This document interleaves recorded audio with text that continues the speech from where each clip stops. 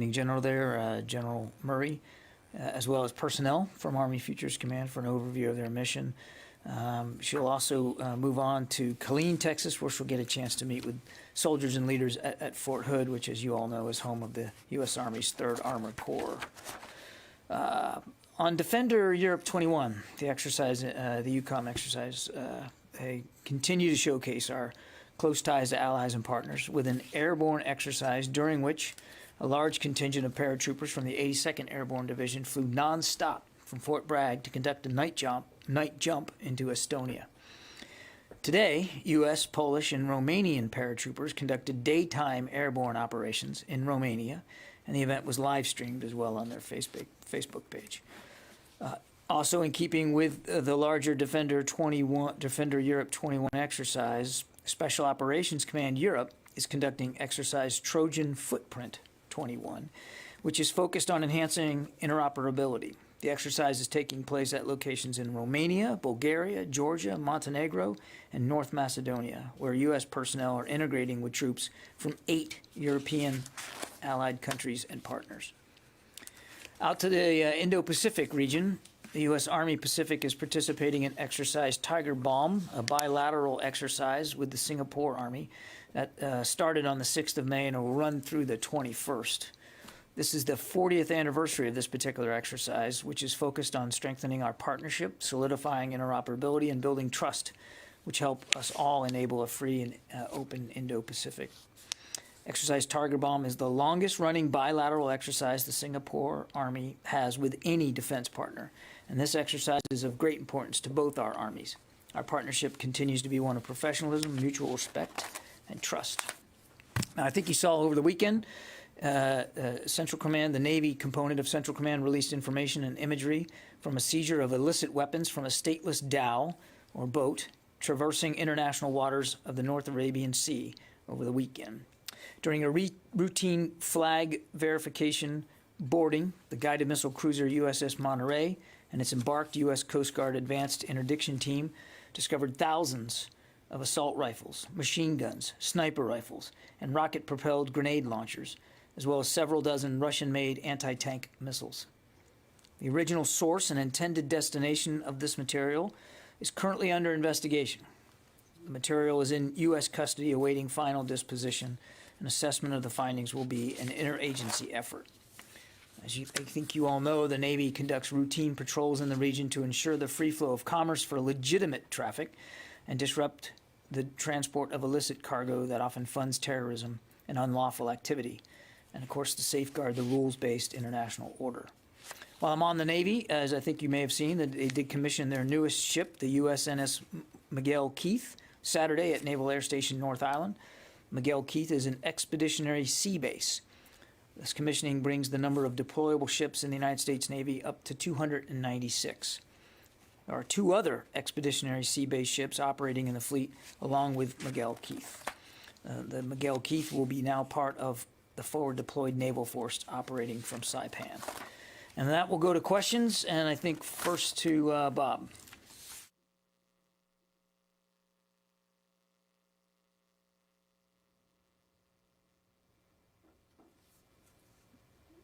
Bob, you there? Yeah, I'm sorry about that. I'm having a little trouble unmuting myself. John, I have 2 quick questions, John. First, has the shutdown of the Colonial pipeline operations affected Defense Department fuel supplies? And the second question is regarding the Wall Street Journal report about the Defense Department considering pulling out of or ending the JEDI contract in light of the legal delays. Is this accurate? Thank you. First question, Bob. The Defense Logistics Agency is monitoring inventory levels, and we're awaiting updates from Colonial Pipeline. There's sufficient inventory on hand for downstream customers. So there is no immediate mission impact. Obviously, we're coordinating with our interagency partners. On the JEDI contract, hold on a second. I do have lines on that, I think, somewhere here. Yeah, here we go. As I think you saw Dr. Hicks say recently, in fact, I think just last week, we're going to have to assess where we are in regards to the ongoing litigation and determine what the best path forward is for the department. We continue to have, I think you know, an urgent unmet requirement for enterprise-wide commercial cloud services at all 3 classification levels, but we remain fully committed to meeting these requirements. We hope through JEDI, but these requirements transcend any one procurement, and they're going to have to be met one way or the other. Tara. Hi, John. Thanks for doing this. At last week's HACD hearing, the chairwoman suggested that none of the funds that were taken from DoD to fund the border wall that will be coming back to DoD. That was followed by some press reporting on Friday. Can you clarify for us what, if any, of the funds that were taken to fund the border wall will now be coming back to either military construction projects or counter-drug operations, et cetera? Yeah, fair question, and I'm afraid I can't quantify that right now. We're still working our way through that. So the bottom line is that we're looking hard at what reallocation is possible and in what amounts and to what other programs, and we just don't have solidity on that right now. We just don't have a good answer right now. And just for an update, can we get the numbers of how many service members are currently at the border? I'll have to take that one. I don't know that I have that exact answer. So let me take that and we'll see. It's important to remember, I think you know, Tara, that the work we're doing there is really supporting the work of Border Patrol. We're not actually conducting Border Patrol or law enforcement activity. It's sort of support roles so that they can focus on their job. But I don't think I have the latest numbers on that, so I'll have to take that question and get back to you. Yeah, Pierre. Following up on the Fifth Fleet work with the boat loaded with weapons, first a question, if you don't mind. Do you at this time think that more work needs to be done to make sure that there is no weapons are coming through this channel, especially that they are intended to the Houthi and they are using it against Saudi Arabia? Do I think more work needs to be done? I think this is a constant focus one constant focus of our naval assets in the Central Command area of responsibility is to stop this illicit flow of arms and material that can support terrorist groups in the region. It's something we're constantly monitoring and constantly focusing on. So I don't know that I tell you that that it's an issue of more. It's something we're doing every day. One more follow-up. You mentioned that the anti-tanks are Russian-made. The statement of the Fifth Fleet mentioned also another part of the load that is Chinese. Do you hold Russia and China responsible because they are not really keeping up with the end user of what they are making? I don't want to get ahead of the investigative work that's being done now to figure out the origin of this material, where it really came from, including how many hands it might have passed through or where it was going. So let's not get ahead of the process right now. The most important thing to remember is that this is illicit traffic of the kind of material that can support terrorists in the region, and we're committed to doing what we can with the international community to stopping that traffic and that flow. Let me go to the phones here. Jeff Selden, VOA. Hey, John, thanks for doing this. 2 questions. One, wondering how the Pentagon would assess so far the performance of the Afghan security forces as they've been trying to fend off some of the Taliban attacks over the last couple of weeks. Obviously, there's a ceasefire coming up, but have they performed to the level that the U.S. expected, given all the training and all the work that's been done over the past few years? And, given the concerns that have been mentioned, that there's a need to wean them off U.S. airstrikes, since that's going to be inevitable. Also wondering if there's any update on progress on basing agreements for U.S. counterterrorism forces in the region. No updates on basing requirements in the region. That is something that I think we're still working our way through. On your first question, it's really more a question, are they meeting the expectations of the Afghan people and the government in Kabul, not our expectations. And as you know, I'm loath to speak about specific operations that we're conducting, and I'm even less inclined to want to speak to specifics of the operations that Afghan forces are conducting. I would say only two things. One is it's important to remember that for a while now, for a long while, they have been in the lead in operations in their country, and they are fighters. I don't, again, want to qualify in particular operations one way or another, but they do have more capabilities now than they've had in just the recent past. As the Secretary and the Chairman noted last week when they were up here, you're talking about a force of roughly 300,000 across both the Army and the police forces, and they're fighting and they're defending. And again, I'd leave it to the Ministry of Defense in Kabul to speak to specifically their assessment of how their troops are doing. The last thing I'll say on this, and again, the Secretary made this very clear, that our bilateral relationship with Afghan forces is going to change as we complete this retrograde. We're not leaving this relationship. It's just going to take on a different character, and it's going to be largely done remotely and through largely financial support. Barb? Two questions, two different topics. First, did the Coast Guard in the Persian Gulf or the North Arabian Sea have some kind of new encounter with the IRGC? So what I can tell you, Barb, is that earlier today, a large group of Iranian Islamic Revolutionary Guard Corps Navy, also known as the IRGCN, fast boats, conducted unsafe and unprofessional maneuvers and failed to exercise due regard for the safety of U.S. forces as required under international law while operating in close proximity to U.S. naval vessels that were transiting the Strait of Hormuz. While exercising the right of transit passage in accordance with customary international law in that strait, 6 U.S. Navy vessels escorting the guided missile submarine USS Georgia, and the escorts included the guided missile cruiser Monterey, who we just talked about, encountered a group of 13 of these fast attack boats. This group of fast attack boats approached the U.S. formation at high speed, closing in as close as 150 yards.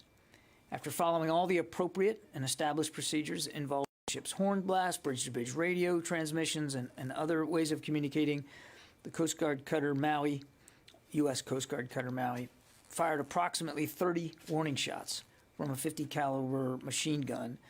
After the second round of warning shots, the 13 fast attack craft from the IRGCN broke contact.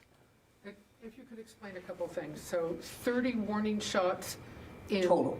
Right, 2 different volleys. There was a volley at roughly the 300-yard mark, and then another volley of warning shots as they got into 150 yards. And all of those from the same Coast Guard cutter. That is correct.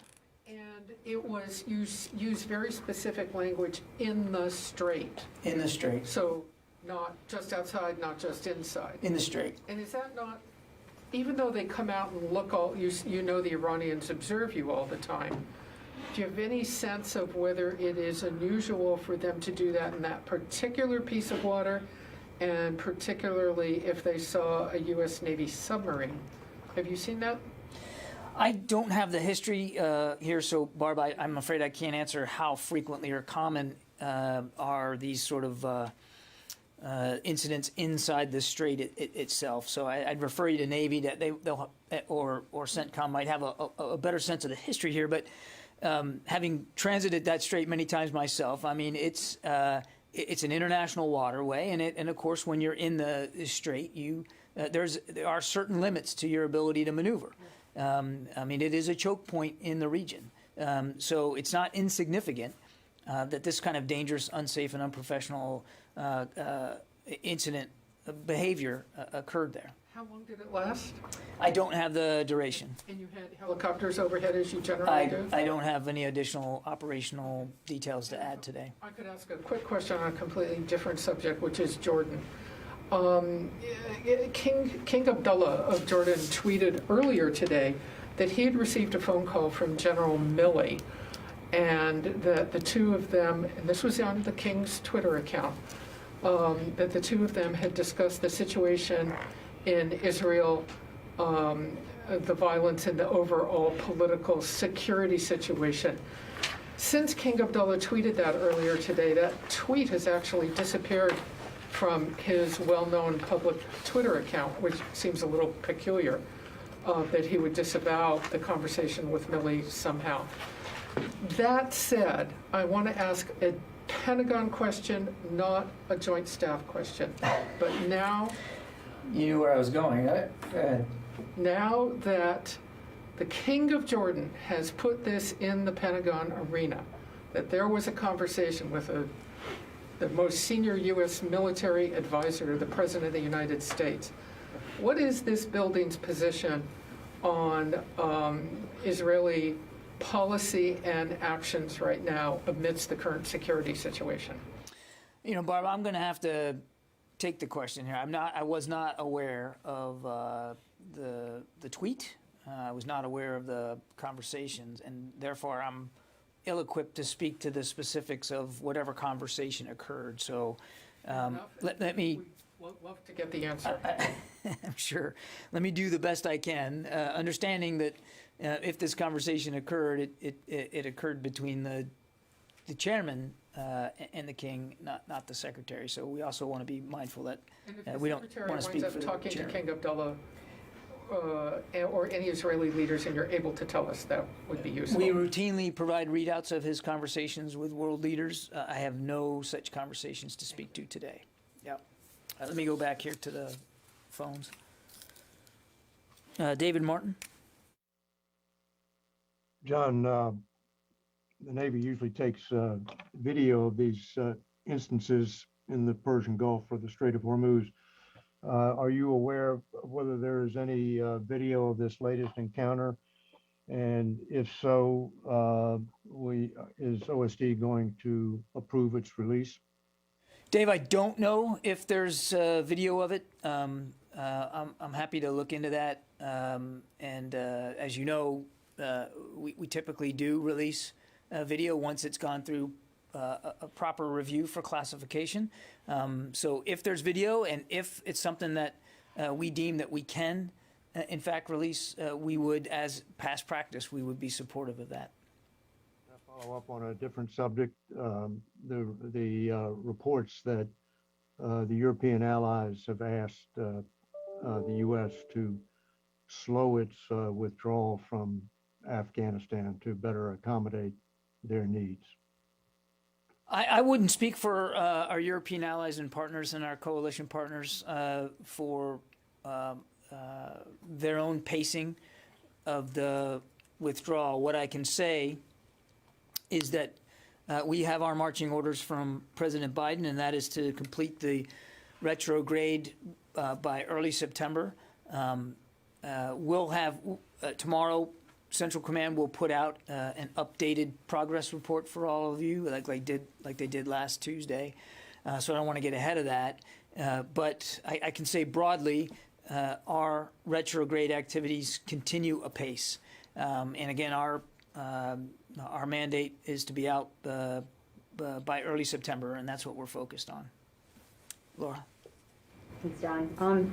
Sticking with Afghanistan, can you say, is the violence over the weekend complicating the drawdown at all or hastening the effort? And then I have a separate question on Israel. Thus far, Laura, we haven't, I'll put it this way, there hasn't been activity that has degraded our ability to continue the retrograde at pace. Obviously, and the Secretary talked about this last week, the violence is still too high. And we saw an attack over the weekend, again, that killed a lot of young schoolgirls. So we all want to see the violence come down. But thus far, with the exception of a harassing attack here or there that had no impact on our forces, we haven't encountered anything that that has affected our ability to continue to retrograde on pace. But in terms of the violence against Afghans, the uptick in that violence, is there any talk of potentially slowing down? As I said to David, we're focused on meeting the president's intentions and his orders, which is to be out by early September. We haven't seen anything thus far that has affected our ability to meet that objective. I do want to just, I'll just go back a little bit to David's question. Obviously, we're in touch with our allies and partners, and we remain supportive of helping them as they conduct retrograde of their forces. I won't speak to the specifics of those conversations or what their pace is, because it's really, they're sovereign nations, it's for them to speak to. But obviously, we're in touch with them, and as the Secretary has said, we went in together, we served together, and we're all going to come out together. That's the overarching goal with our NATO allies. Just on Israel, can you comment on the violence that's happening in Jerusalem right now? Netanyahu accused the Hamas militant group of crossing a red line with the rocket attack, and promised a response. So I'm wondering if you're concerned about a drastic escalation. I would say this, today's rocket attack from Gaza into Israel is unacceptable. And the United States supports Israel's right to self-defense. And here at the department, we're going to continue our cooperation to ensure that Israel has what it needs to defend and protect itself. Follow up on this, please. Okay. Are you concerned in any way about Israel using excessive force against unarmed Palestinians in Jerusalem? I think that's a question better put to Israeli authorities. Obviously, we don't want to see innocent lives taken, and nobody wants to see this level of violence. But as I said in my answer to Laura, these rocket attacks from Gaza are unacceptable, and Israel has a right to defend itself. And here at the department, we're going to continue to support, to the best degree we can, their ability to protect themselves and their citizens from these kinds of attacks. Let me go to the phones here. Sam Legrone, USNI. Hey, John. Two quick questions on the follow-ups from the Fifth Fleet stuff. Number one, what is the investigation or the investigative agency that's looking into the Monterey seizure from the Dow? And then number two, you said that Georgia was transiting the Strait of Hormuz during the recent IRGC unsafe, unprofessional encounter. Were they going into the Gulf or coming out? Thanks. My understanding is going in, Sam, and on your first question, my understanding is this will be an interagency investigation because it crosses a lot of different agency lines. Okay, Megan. I asked this a couple weeks ago. I just want to see if anything has moved. But the Extremism Working Group, the first few action items that they have deadlines been set for them to get back to the Secretary with their suggestions or findings or anything like that. And if they haven't, why not set deadlines? I don't believe there's been a specific deadline set, but I know that they're hard at work. The working group is hard at work at fulfilling the mandate from the Secretary.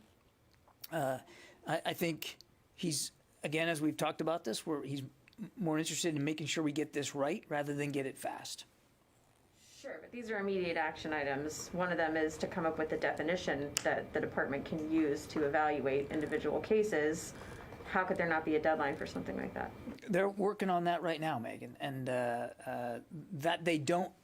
I don't have a specific deadline to speak to doesn't mean that there isn't a sense of urgency here or an understanding of the sense of importance. And I would remind that what we're really focused here on is the kinds of activity and behavior that is inspired by extremist ideology, not necessarily a broad definition of extremism itself. Okay? Jack Detch, Foreign Policy. Does the Secretary plan to meet with his Chinese counterparts at the Shangri-La dialogue or on the sidelines? I don't have any specific bilateral meetings to announce here today. We are in the planning stages of the trip to the Shangri-La dialogue, As we get more detail on what the, because you all know there are bilateral and sometimes multilateral meetings that occur on the sidelines. As we get more detail on that, we'll be happy to share with you, but I just don't have anything additional today. Got it. Do you know if they've spoken yet? They have not spoken. In the back there. And this weekend, Yahoo News published an article which claims, based on interviews with 15 current and former U.S. officials, that on the killing of General Qasem Soleimani, Kurdish counterterrorism played a major role, and Israelis also passed some information. Can you comment on that? I'm not going to comment on the specifics of that story. And as you know, we don't talk about the details of military operations. The only thing that I would add is that our embassies are diplomatic facilities focused on the work of diplomacy and not involved in conducting or overseeing military operations. That's about as far as I'm going to go. I already got you, Tara. Abraham?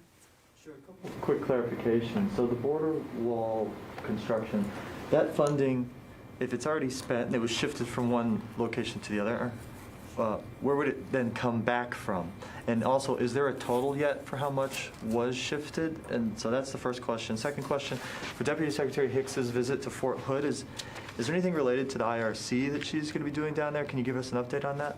I think they'll give you a better readout, obviously, of her discussions there, so I don't want to get ahead of that. I would certainly expect that issues surrounding sexual assault and sexual harassment, given the Fort Hood report that was so recently released, I would fully expect that that will be part of the discussion there. But I don't want to get ahead of her staff, and I'm sure they'll provide an appropriate readout of it.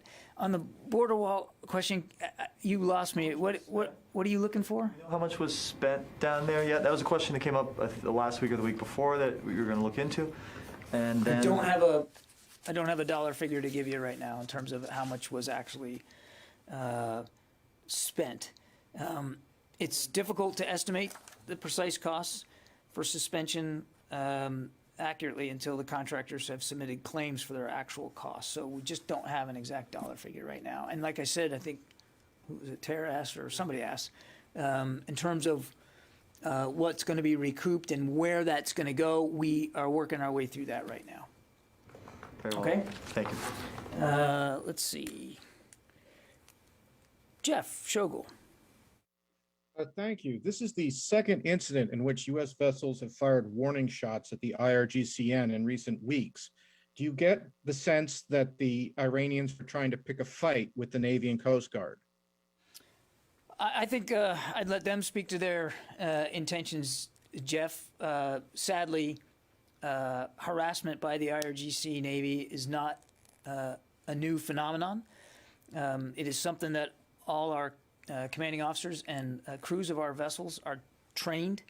It's a threat they're trained for when serving in the Central Command area of responsibility, particularly in and around the Gulf.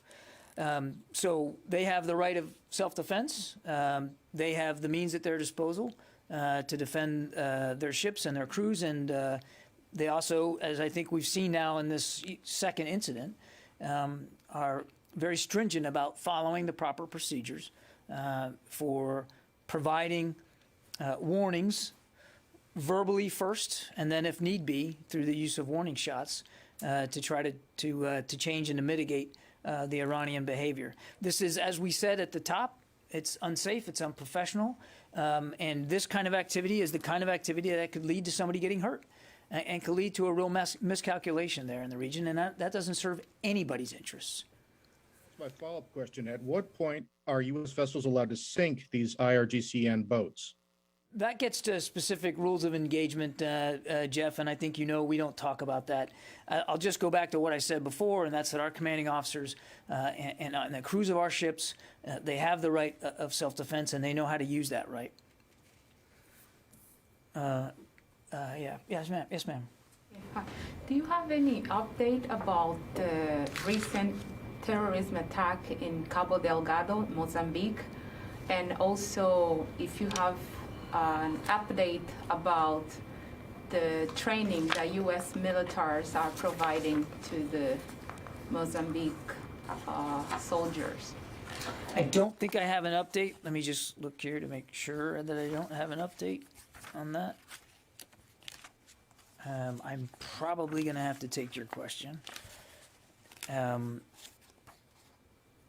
I don't have an update, and I certainly don't have any specific operational thing to speak to, but we do conduct joint counterterrorism training down in Mozambique. It is not directly supporting combat operations, though. It's to help their forces improve their counterterrorism capability.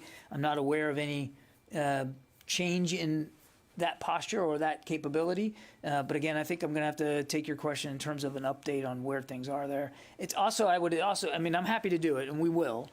But I also encourage you to reach out to our State Department colleagues, too. They might have more and more contextual information than we would have on that situation at the Defense Department. What about the attacks, the recent attacks, how the Pentagon saw? We are not, as I said before, we are not involved in military operations in Mozambique. What we do is do some joint counterterrorism training for their forces. So I'm confident in telling you that we're not participating in a military role, a U.S. military role in this recent violence. Our missions down there are very precisely dedicated to helping them improve their counterterrorism capabilities. Okay? Yes, sir. Thank you. I want to ask you about China's behavior in space. Fortunately, the debris from a large Chinese rocket landed in the Indian Ocean on Sunday, but we were not sure where precisely it would fall for several hours before it landed, and there was a risk for people's lives and property. Do you think that China's handling of space debris was responsible? I think you saw the NASA administrator speak to this yesterday, calling on China to be more responsible in the way they manage the realm of space in their entry into orbit. Material and systems. And I think you also heard the Secretary himself speak to this on Thursday. I can't improve upon the way he put it, that we want to see everybody who are actors in space do so in a responsible, deliberate way that's mindful of the safety of all our citizens here on Earth. One follow-up. The United States has worked to establish international rules and norms of responsible behavior in space. So do you think the recent event highlights the importance and urgency of an international code of conduct in space? I don't want to get ahead of like a specific code here. I think you've heard our Space Force Chief of Staff speak to this, that obviously we all want everybody to behave responsibly here, and according to some internationally accepted norms. That's important for the safety of everybody who uses the space domain to communicate and to improve situational awareness. We want everybody to behave responsibly and to ascribe to, at the very least, some internationally accepted norms of behavior. Yep. Peter Lowy, Asahi.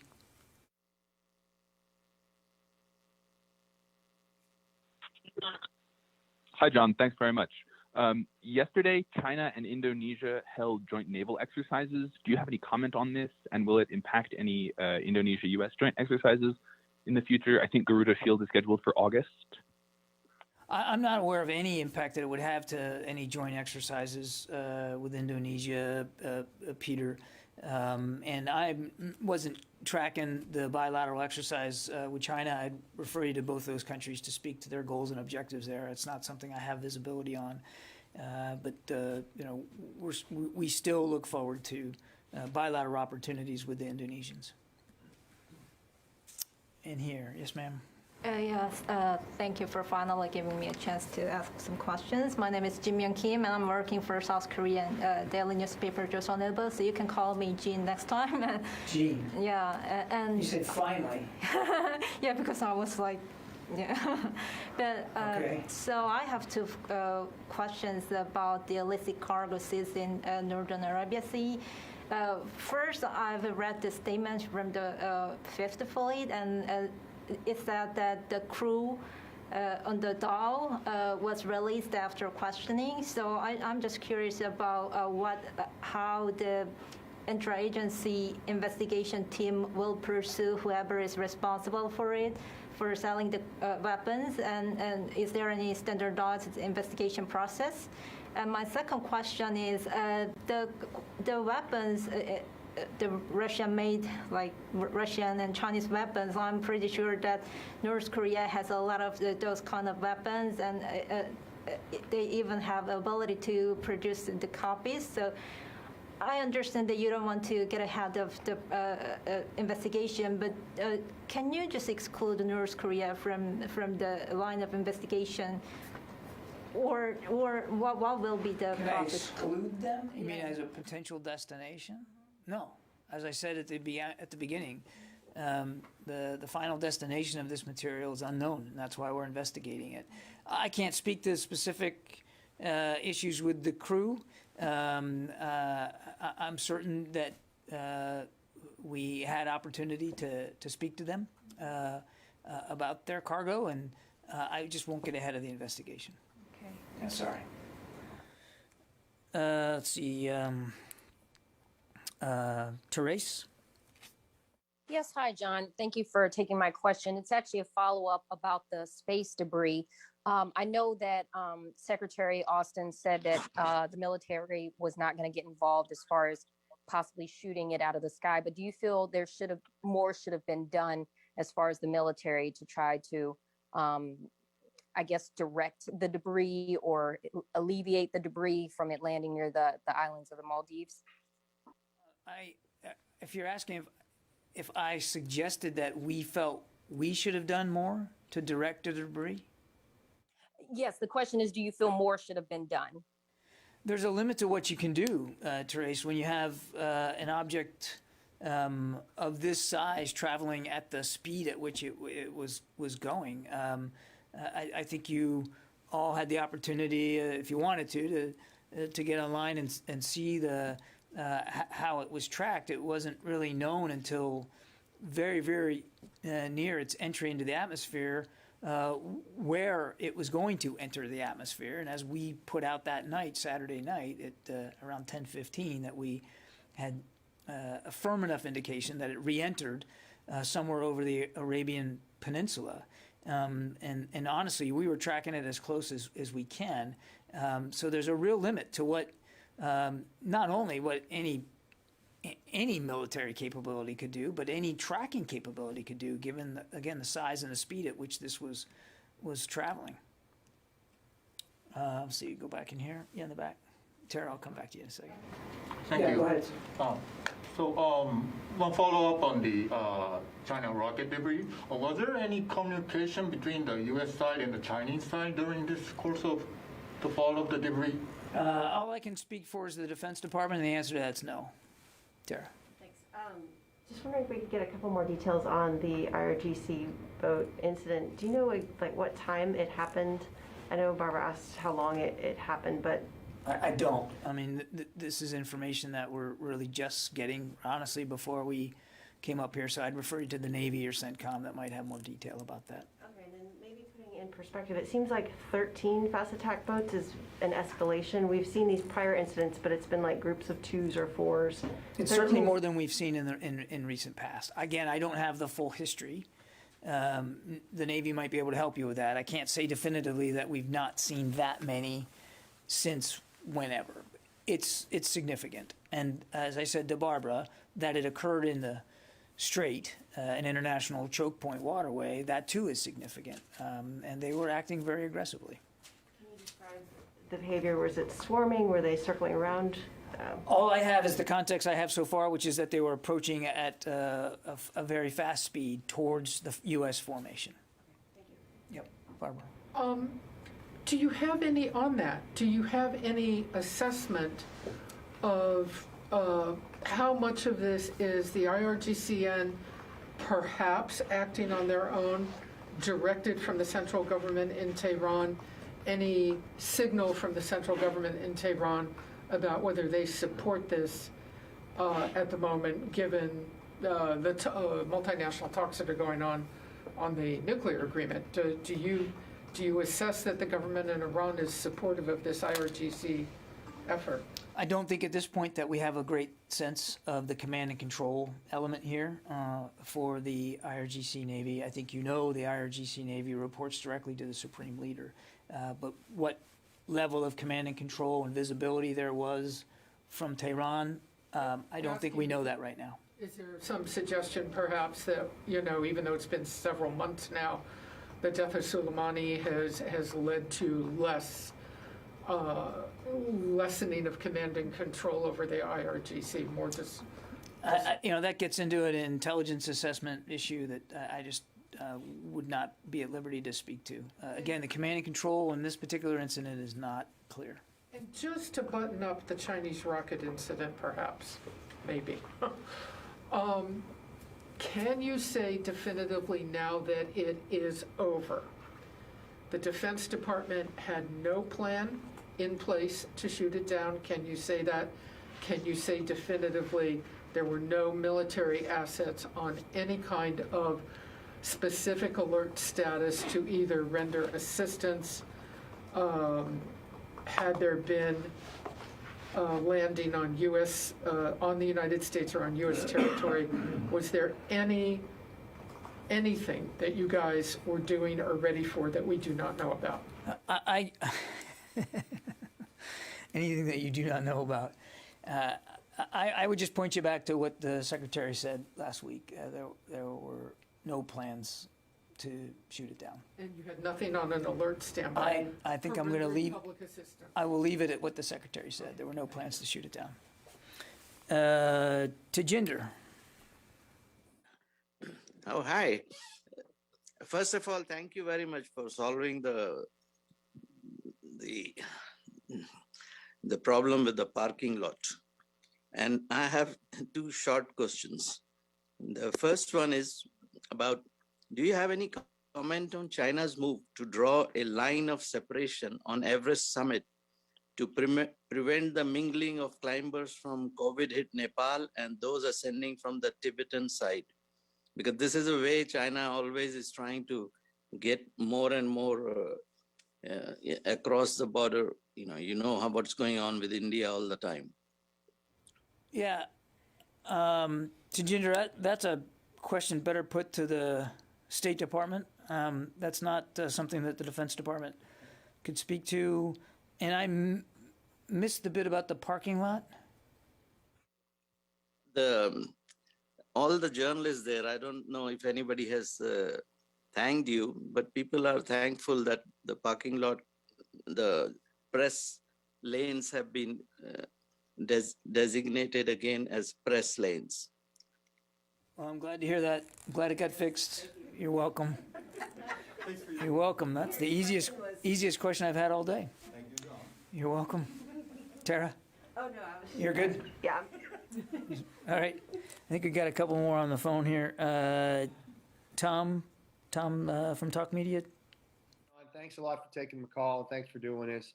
I don't want you to give me an intelligence assessment or get ahead of anything, but I just wanted to know, when did the Pentagon generally first become aware and get visibility of China's plan to enhance and construct an airstrip on Canton and Kiribati?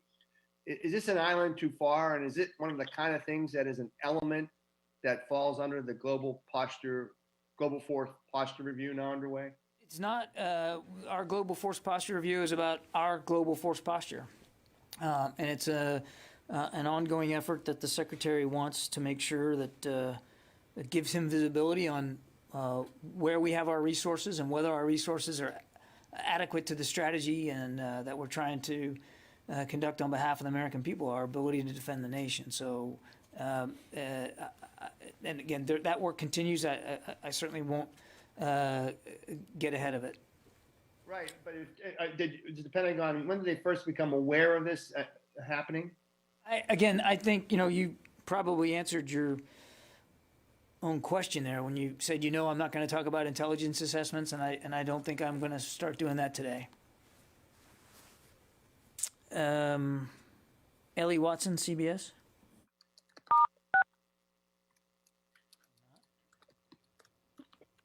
Thank you. No question. Okay. Simon Lee. Yeah, we have a new North Korean policy, but we don't know a specific action plan. In related to that, can you tell me about the U.S. and South Korea joint military exercise? It's going to be conducted in the same way, like in scaled down manner as we did in the part of the new North Korean policy? I think I understand your question is how will our training events with the South Koreans be affected by the policy review that's now complete on North Korea? Is that right? That's right. Yeah. So I would refer you to the NSC to speak to more detail about the policy review. But in essence, the approach that the administration wants to take is deliberate and a phased approach to try to find diplomatic space to get to the denuclearization of North Korea. And of course, here at the Defense Department, we support that effort wholeheartedly. We support the work of our diplomats. That said, the Secretary also takes very seriously our security commitments to our treaty allies, the Republic of Korea. And we have an obligation working with them to make sure that forces on the peninsula across all realms of service are trained and ready, as we say, ready to fight tonight. And so the training events that are conducted there under General Abrams' leadership are designed for that purpose, and that will continue. Any more here in the room? All right, I got last one here is Caston.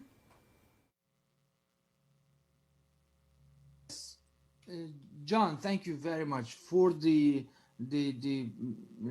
question about Jerusalem, the escalation in Jerusalem. You said the question was if you are concerned, if the Pentagon, as U.S. official, you are concerned about the escalation and the excessive use of force in Jerusalem. You said it's a better question to put to Israel. Can you clarify this answer? What should we ask Israelis? Speak to specifically how the Israelis are defending themselves against these attacks. Obviously, as I also said, and I hope you caught that, but we don't want to see any innocents killed here. But the rocket attacks coming from Gaza are unacceptable. Israel has a right to defend itself and its people and its territory, and the Department of Defense remains committed, very committed to helping Israel do that. That's what I said. Okay, thanks everybody.